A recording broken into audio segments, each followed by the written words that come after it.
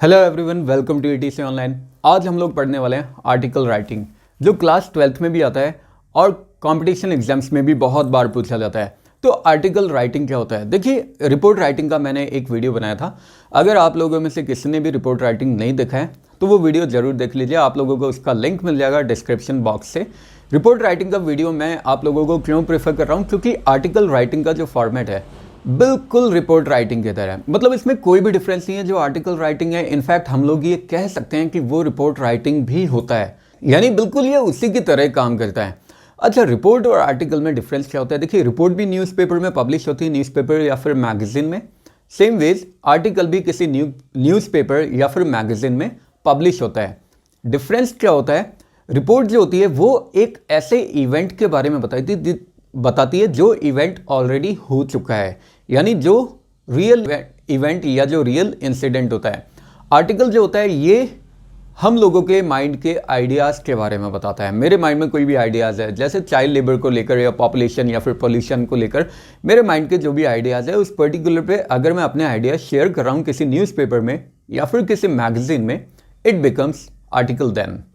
Format भी दोनों का सेम होगा, क्योंकि दोनों ही एक ही मीडियम के थ्रू शेयर की जाती है पब्लिक से, that is either from a newspaper or from a magazine. तो दोनों का फॉर्मेट भी ऑलमोस्ट सेम होगा, थोड़ा सा डिफरेंस होगा फॉर्मेट में, और वो डिफरेंस क्या होगा वो मैं बता देता हूँ।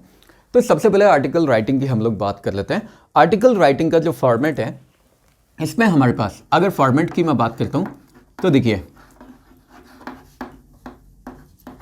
सबसे ऊपर एट द वेरी टॉप हम लोगों को लिखना होता है हेडिंग, या फिर जिसे हम टाइटल भी बोलते हैं। या तो हेडिंग बोल दीजिए या फिर टाइटल बोल दीजिए। और ये हमेशा आती है एकदम सेंटर में और एकदम टॉप में। सेंटर में और एकदम टॉप में लिखना है। इसके नीचे पॉइंट नंबर 2 पे हमें लिखना होता है बाय लाइन। अब ये बाय लाइन क्या होते हैं? इस बाय लाइन में हम लोग लिखते हैं राइटर का नेम। जो आर्टिकल लिख रहा है उस राइटर का नेम यहाँ पे आता है, तो नेम हम लोग बाय लाइन में लिख देंगे। और ये हमें तब ही लिखना होता है जब क्वेश्चन में हमें नेम गिवन है। तो इस बात पे आप लोग ध्यान रखिए, इसलिए यहां पे मैं एक स्टार मार्क कर देता हूं। If given in the question, ये हमें तब ही लिखना है जब ये क्वेश्चन में गिवन है, अदरवाइज हम लोगों को नेम नहीं लिखना है अपनी मर्जी से। रिपोर्ट में हम लोग ऐसा करते थे, रिपोर्ट राइटिंग में हम लोगों को बायलाइन लिखना कंपलसरी होता था। अगर क्वेश्चन में हम लोगों को गिवन नहीं होता था नेम, तो भी हम लोग नेम या डेजिग्नेशन लिखा करते थे। बट यहाँ पे हम लोगों को ऐसा नहीं करना है। यहाँ पे अगर क्वेश्चन में गिवन है तो ही हम लोग लिखेंगे, अदरवाइज वी सिंपली में स्किप दिस वन। फिर एक लाइन का हम लोग गैप देंगे। एक लाइन का गैप देने के बाद पॉइंट नंबर 3 पे जो आता है वो है कंटेंट, या फिर जिसे हम लोग बोल सकते हैं बॉडी। अब जो कंटेंट या जो बॉडी है, इसे फर्दर हम लोग 3 तरह से डिवाइड करके लिख सकते हैं। सबसे पहले हम लोग लिख सकते हैं इंट्रोडक्शन।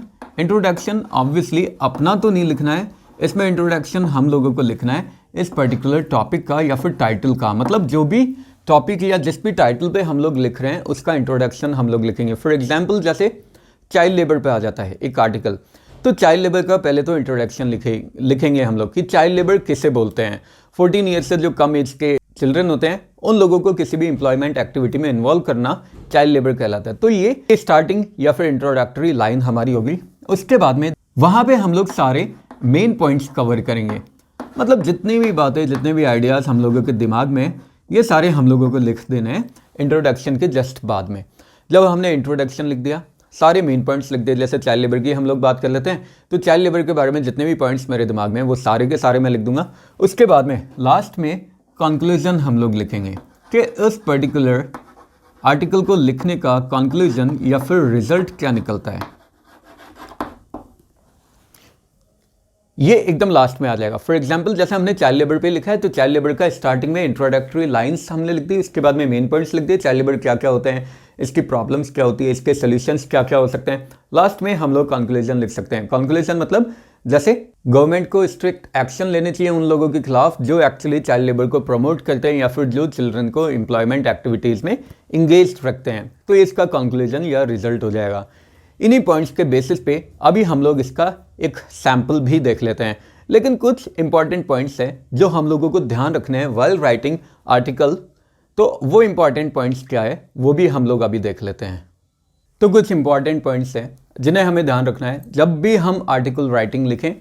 देखिए, आर्टिकल राइटिंग में जो भी पर्टिकुलर टॉपिक हम लोग लिख रहे हैं वो टू द पॉइंट होना चाहिए, मतलब उसमें इधर उधर की बात हम लोग बिल्कुल भी ना करें। दूसरा, unnecessary matter should not be induced.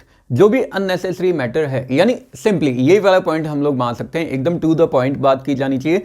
Unnecessary जो भी मैटर है, चाहे वो किसी से भी रिलेटेड हो, चाहे हम लोगों को लग रहा है कि ये इंपॉर्टेंट हो, बट फिर भी अननेसेसरी मैटर को ट्राई करना चाहिए अवॉइड करने का।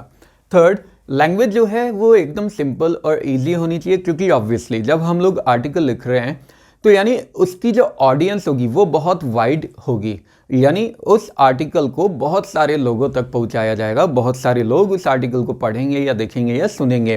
तो इसलिए आर्टिकल की लैंग्वेज हमेशा सिंपल और इजी होनी चाहिए ताकि हर कोई उसे आसानी से समझ सके। लास्ट पॉइंट, जो फैक्ट्स होते हैं अगर कोई है तो उनके साथ बिल्कुल भी छेड़छाड़ नहीं की जानी चाहिए। फॉर एग्जाम्पल, जैसे अगर मैं लिखता हूँ कि चाइल्ड लेबर में दुनिया में, वैसे मुझे आइडिया नहीं है बट फिर भी मैं बता रहा हूँ, इंडिया में टोटल इतने % चाइल्ड लेबर अभी भी है, एग्जिस्ट करता है। तो यानी यहाँ पे मैंने परसेंटेज की बात की तो इसका मतलब मैं एक फैक्ट की बात कर रहा हूँ, तो वो फैक्ट एकदम सही होना चाहिए फैक्ट अगर हम लिख रहे हैं। अदरवाइज ट्राई करो ना फैक्ट को अवॉइड करने की, जरूरत ही कहाँ है लिखने की अगर हम लोग श्योर नहीं है तो। इसलिए फैक्ट्स के बारे में अगर हम लोग श्योर है तभी हम लोग लिखेंगे, अदरवाइज सिंपली अवॉइड करना लिखने का। तो चलिए, ये तो सारे इंपॉर्टेंट पॉइंट्स है, आप लोग इनका स्क्रीनशॉट ले सकते हैं। और इसके बाद में अब हम लोग एक सैंपल देख लेते हैं, एक एग्जाम्पल देख लेते हैं आर्टिकल राइटिंग का। तो आइए स्टार्ट करते हैं। अब यहाँ पे हम लोगों के पास क्वेश्चन है, right an article in about 150 to 200 words. कितने वर्ड्स में लिखना है? 150 से 200 वर्ड्स में। ऑन टॉपिक क्या है? Significance of yoga and pranayama in life. तो ये पूरा का पूरा हमारा हेडिंग बन जाएगा, टॉपिक बन जाएगा, जिससे हम एज इट इज़ लिख सकते हैं। For your school magazine. तो ये हम लोगों के पास क्वेश्चन था। अब इसी क्वेश्चन को हम लोग सॉल्व कर लेते हैं। तो चलिए आंसर पे आ जाते हैं। सबसे पहले तो हम लोगों ने लिख दिया heading as it is, significance of yoga and pranayama in life. देखिए, ये जो हेडिंग है ये हम लोग अंडरलाइन भी कर सकते हैं, और अगर इसे अंडरलाइन नहीं करें तो भी कोई प्रॉब्लम नहीं होगी। इसके बाद में फिर हमें एक लाइन का गैप देना है, यानी हम लोगों को एक लाइन यहाँ पे फिर ब्लैंक देनी है। ये जो मैंने यहाँ पे ब्लैंक लाइन लिखा हुआ है, इसका मतलब यहाँ पे हम लोगों को लाइन एक ब्लैंक देनी है। फिर उसके बाद में हम लोग नीचे चलते हैं। स्टार्ट हम लोग करेंगे उसी तरीके से, पहले हम लोग इंट्रोडक्शन दे देते हैं।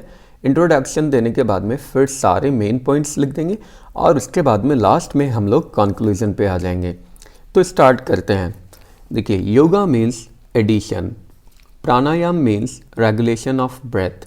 Bye yoga we add certain physical powers, by pranayama we add certain mental and meditation powers. There are a number of yogic postures which keep our muscles and bones fit, enhance immunity power, and keep us free from diseases. Yoga has many branches like Karma Yoga, Bhakti Yoga, Hatha Yoga, etc. Pranayam is a mental discipline of regulations of breath. It achieves higher state of consciousness, greater focus, creativity, self-awareness, relaxation, etc. Yoga and pranayam cure diseases like diabetes, asthma, hypertension, obesity, etc. Yoga and pranayam are very much beneficial for us. They keep our body flexible, inner peace, better nutrition, regularized respiratory system, digestive system, endocrine system, heart rate, glandular secretions, etc. Thus, yoga and pranayam are very much significant in life. तो ये देखिए, पूरा का पूरा हम लोगों ने article यहाँ पे एज इट इज़ लिख लिया। अगर आप लोग चाहें तो आप लोग इसका स्क्रीनशॉट भी ले सकते हैं, उसके लिए मैं एक बार दोबारा से इस पूरे आर्टिकल को आप लोगों के सामने शो कर देता हूँ। तो यहाँ पे ये आर्टिकल आप लोगों के सामने शो हो रहा है। आप लोग चाहे तो आप लोग इसका स्क्रीनशॉट भी ले सकते हैं और इसी तरीके से और काफ़ी सारे आर्टिकल्स लिखने की आप लोग प्रैक्टिस भी कर सकते हैं। तो अब हमने एग्जाम्पल भी देख लिया और इसी के साथ मुझे पूरी उम्मीद है, मैं आशा करता हूँ कि आप लोगों को आर्टिकल राइटिंग बहुत अच्छे से समझ में भी आ गया होगा। फिर भी अगर आप लोगों को लगता है कि आप लोगों के कोई कमेंट्स है, सजेशन, डाउट या क्वेरीज है, तो नीचे जो कमेंट सेक्शन बना हुआ है, नीचे जो कमेंट बॉक्स है, वो ऑब्वियसली आप लोगों के लिए ही बनवाया हुआ है। उसमें आप लोग अपने कमेंट, सजेशन या फिर क्वेरीज ड्रॉप कर सकते हैं। मैं ट्राई करूंगा जल्द से जल्द उनका आंसर करने की। कभी कभी डिले हो सकता है बट आंसर आप लोगों को ज़रूर मिल जाएगा, इस बात की मैं आप लोगों को श्योरिटी देता हूँ।